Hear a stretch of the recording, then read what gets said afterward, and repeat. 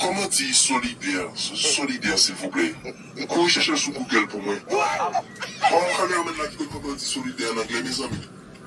Comment solidarous? Solidares? Ouais, Medel! Ça veut dire que tu as coupé là, non, ici. Bon, là. The best people, solidarous. Eh, voilà, All the people to Kenyan, to looks. And thank you once again for the creeps, to look people, for the people to collaboration. Oh, camarade, non, ouais. Good morning, Ou mal parti. all the people.